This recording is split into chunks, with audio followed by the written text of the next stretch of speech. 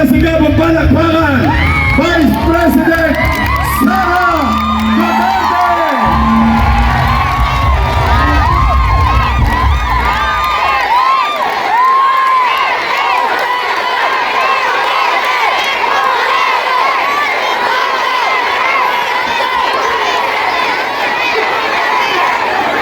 Maraming salamat. Mga kababayan, Assalamualaikum warahmatullahi wabarakatuh. Magandang gabi sa inyong lahat. Magandang gabi! Maayong gabi kaninyong tanan. Unahin ko po muna ang aking mga pagpapasalamat. Unahon-una na ko ang paghatag o pagyukbo kaninyong tanan. Una, sa ating mayor, dahil pinahiram niya po ako ng stage, ng microphone, ng ilaw, ng kuryente para makapagbigay ng mensahe sa inyong lahat ngayong gabi. Maraming salamat po. Mayor Yorme Isko Moreno Dumagoso.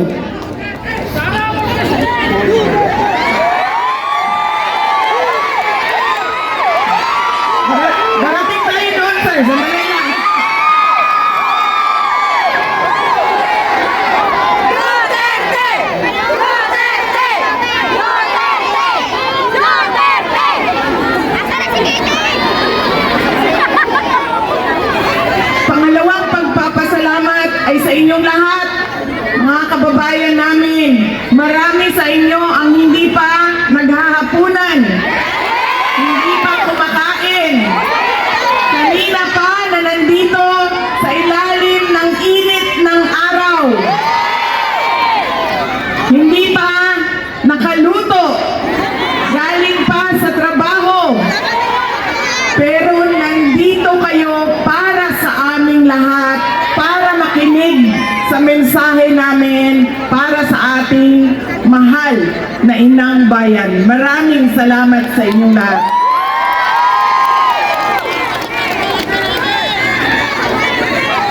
Ang aking kanang bisan asa kumuanto ba ang sagit sa mga tao, Duterte, Duterte. Kahit saan ako pumunta, ang sigaw ng mga tao, Duterte, Duterte. Paalala ko lang, ako ay tumatayo dito sa harap ninyo ngayon, hindi kandidato. Dahil ang eleksyon ko ay sa 2028 pa.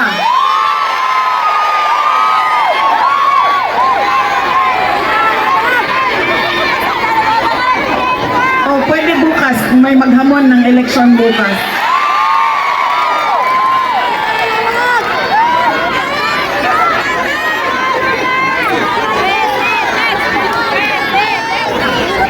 Baka kasi hanapin ninyo sa balota ang aking pangalan. Wala pong Duterte na tumatakbo ngayon. Nandito po ako bilang isang botante din. Ngayong eleksyon na ito, botante ako. At meron akong mga paalala sa inyo, mga kababayan. Ang pangatlong pagpapasalamat ay mula po kay Pangulong Rodrigo Duterte. Nagpapasalamat siya sa pagpapakita ninyo ng pagmamahal, suporta, at pag-celebrate nyo noong kanyang 80th birthday noong March 2028. Maraming salamat sa inyong lahat. Ang susunod na pagpapasalamat ay mula po sa akin. Personal po sa inyong lahat ang pagpapasalamat ko sa inyong patuloy na suporta at pagtitiwala sa akin, sa aking mga kasamahan, at sa aming opisina, ang tanggapan ng pangalawang Pangulo ng Pilipinas. Maraming salamat po sa inyong lahat.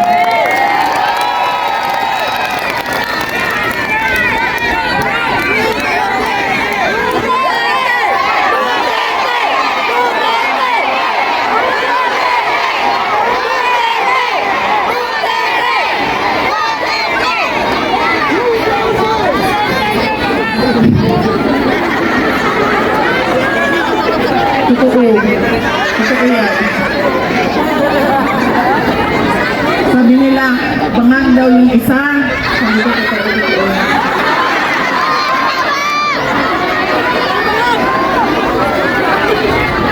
Hindi ko alam noon, pero ngayon alam ko na.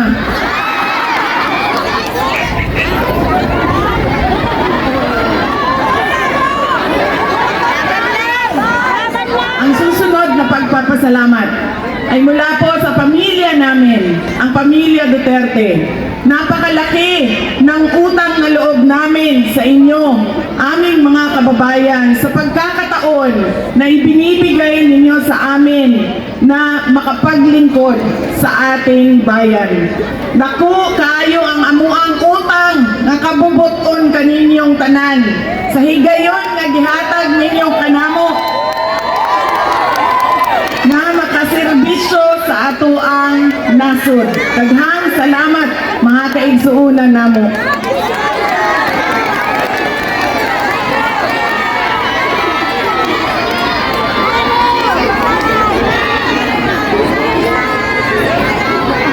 Alam nyo, marami sa ating mga problema ngayon na nakikita natin sa ating lipunan.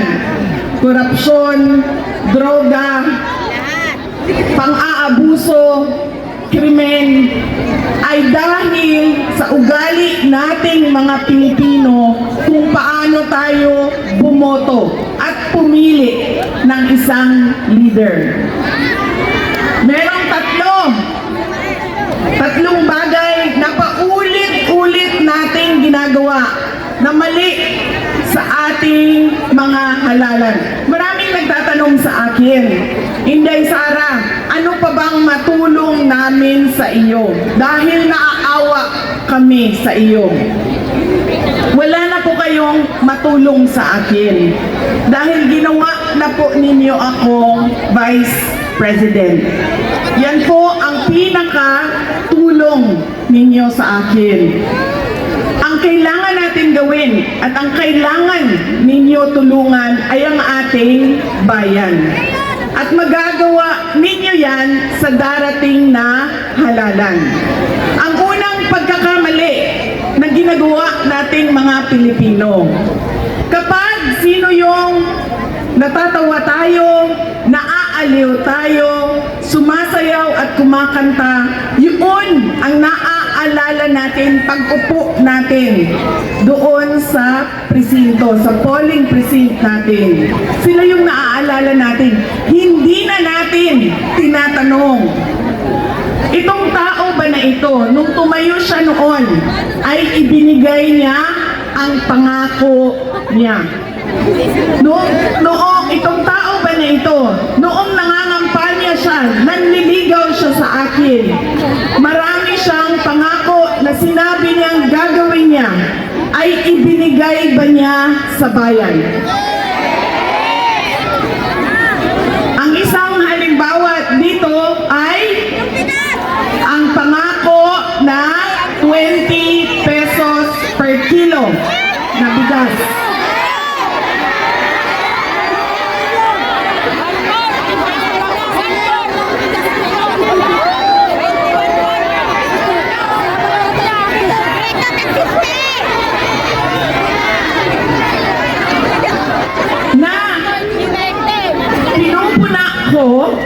Dahil sila naman yung nag-announce na meron silang 20 pesos per kilo na bigas sa Visayas ngayon.